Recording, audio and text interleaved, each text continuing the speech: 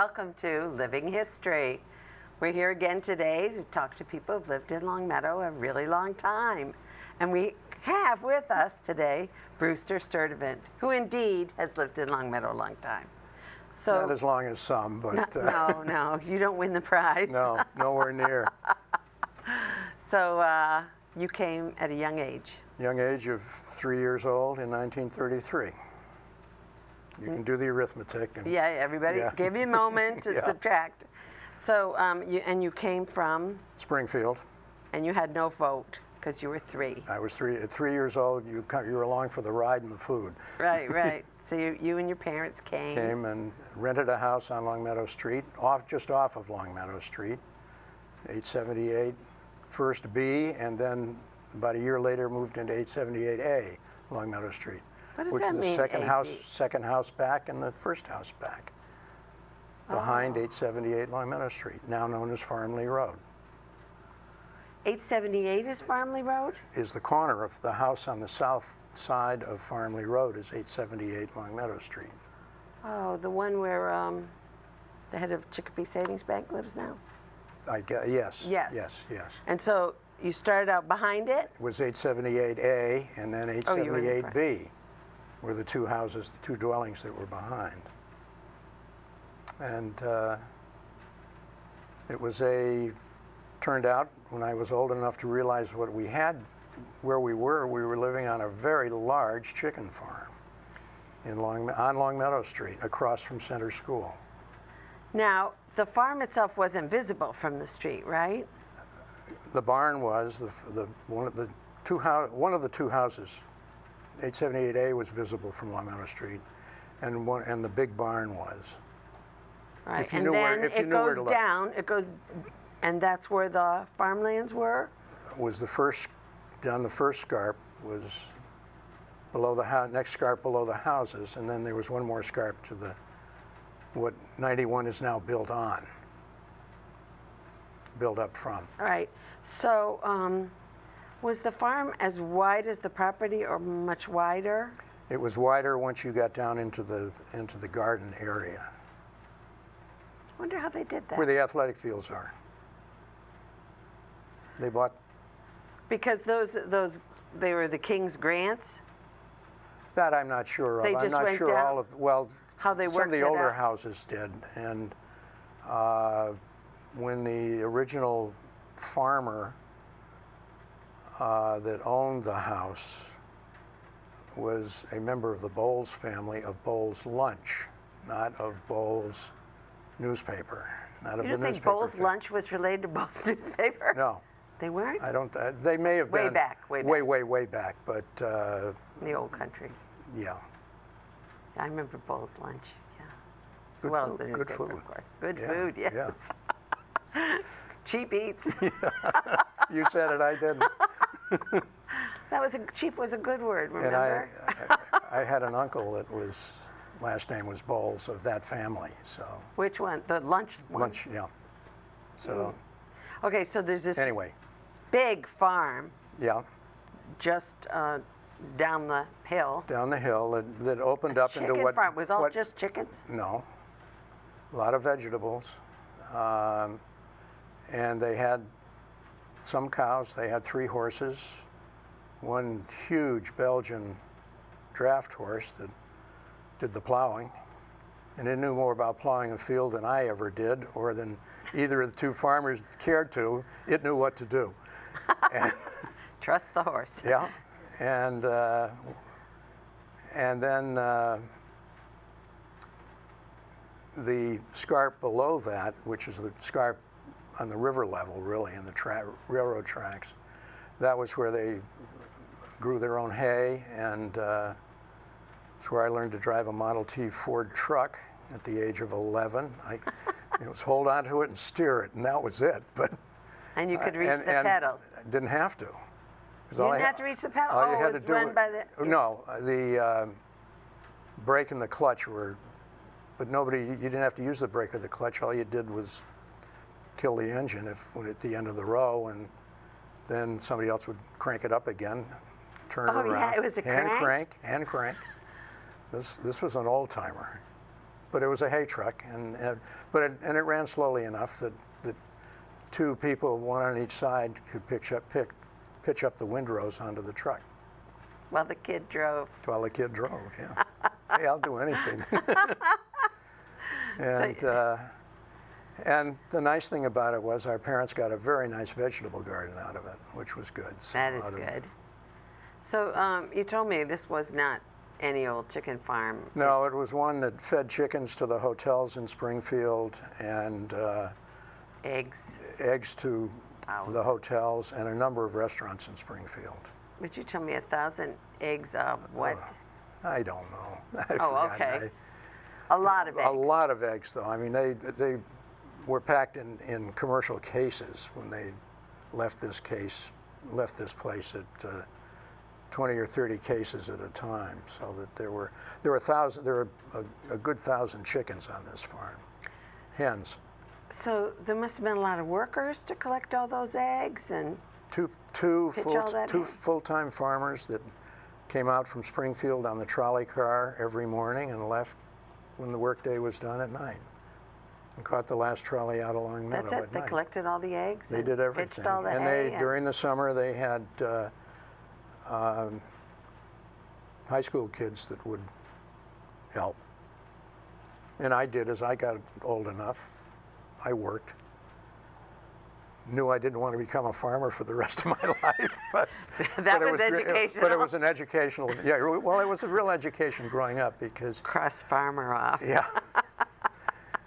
But I did learn how to kill chickens. I learned how to keep the brooder houses warm when chicks came in March, and it could be very cold in March and very snowy in March, and they had two houses that were brooder houses that had a whole coal-fired heating system in them.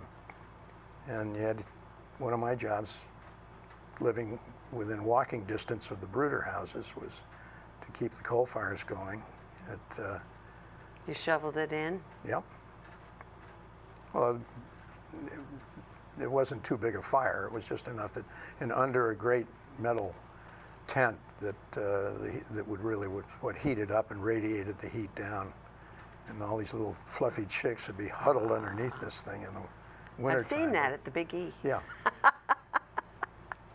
One of the great attractions. It sure is. And then it was minding chickens as they grew up, and they were free-range chickens once they were capable of being. Well, but they were fenced in or something. Oh, yeah. Right, yeah. One of the other things that I got to do as I got older was be allowed to stay up with one of the high school kids and do the Skunk Watch and the Weasel Watch and the Fox Watch. And, did they arm you for that? Yes, they would. We were sitting up there and killing anything with four legs that moved in that place. With a .22? Well, that's what I had. The high school kid got something bigger. They got bigger. the bigger one. Yeah. But it was because these were the chickens that were for meat, and they'd been caponized and they were for meat, and the laying hens were all in coops. But it was fun, and it was an interesting way to grow up. And yes, I'll say. And you went to school right across the street? Right across the street at Center School. That's pretty excellent. Yeah. You just had to walk across two little streets there? No, Route 5 was not a little street at that time. Oh, right. Right. And my mother would cross me. And my brother, as we both got older. I ended up crossing with my brother at times, but and by then they had a crossing guard, but there wasn't one early on, in the early 1934 when I started kindergarten. No crossing guards. No. Yeah, small government. Right. But there were, during the World War II, the owner of the property, who was a vice president of the Farm Credit Bank in Springfield, plowed up some of the land in the meadows river level, and made victory gardens for people at the Farm Credit Bank and anybody else that wanted to pay him a nominal fee for Oh, like a community garden? community garden. Well, it wasn't community. Yes, it was a community garden. But you had your own little you had area? your own plot. Oh, I see.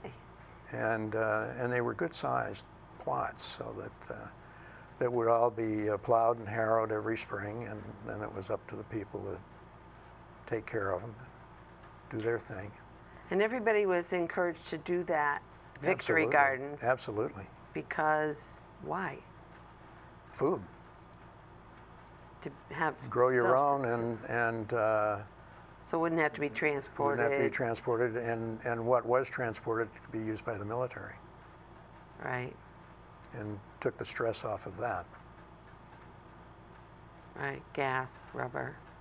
So you went to school across the street for a long time. Through junior high school. Right, because the junior high was there too, so you went 34 to 44. You went 10 years? Yeah. Starting kindergarten Yeah. through 9th grade. Oh.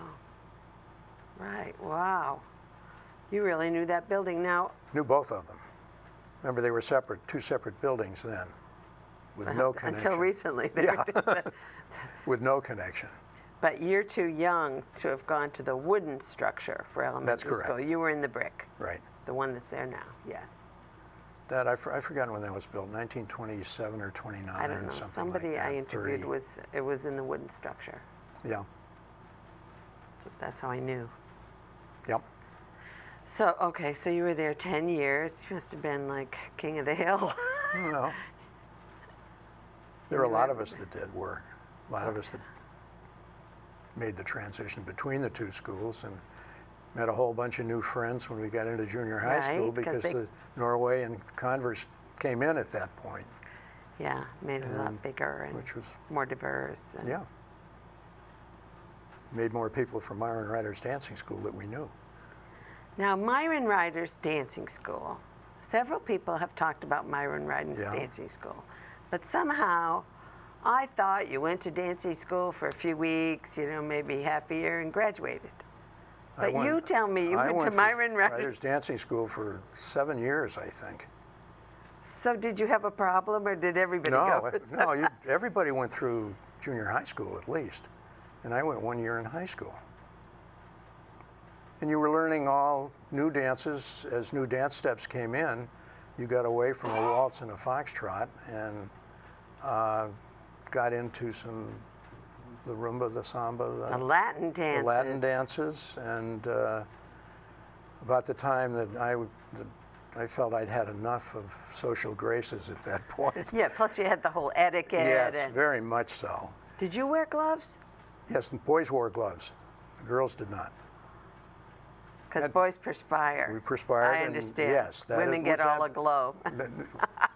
I'll agree You ever with hear that. that? I'll agree Horses with it. Yes. sweat, men perspire, women get all Right. aglow. Yes. So you had to wear gloves so Yeah. you wouldn't. Cotton gloves. And his other favorite expression was arms up, elbows up, in a dancing position. Oh yeah. Arms up and elbows up. So did you go every week or Yeah, once a week once a week? during the So- winter months. Only winter months. Winter okay. months, because So he during school. went to a place in the Catskills and taught dancing in the summer. Eanes Wife did. Oh, Myron. He was a interesting character, and not a bad guy. Once he realized you understood him and he understood you, and Obedience was established. obedience was established, and the ranks were established. Your position was established, and but he was could be a very interesting person with whom to talk.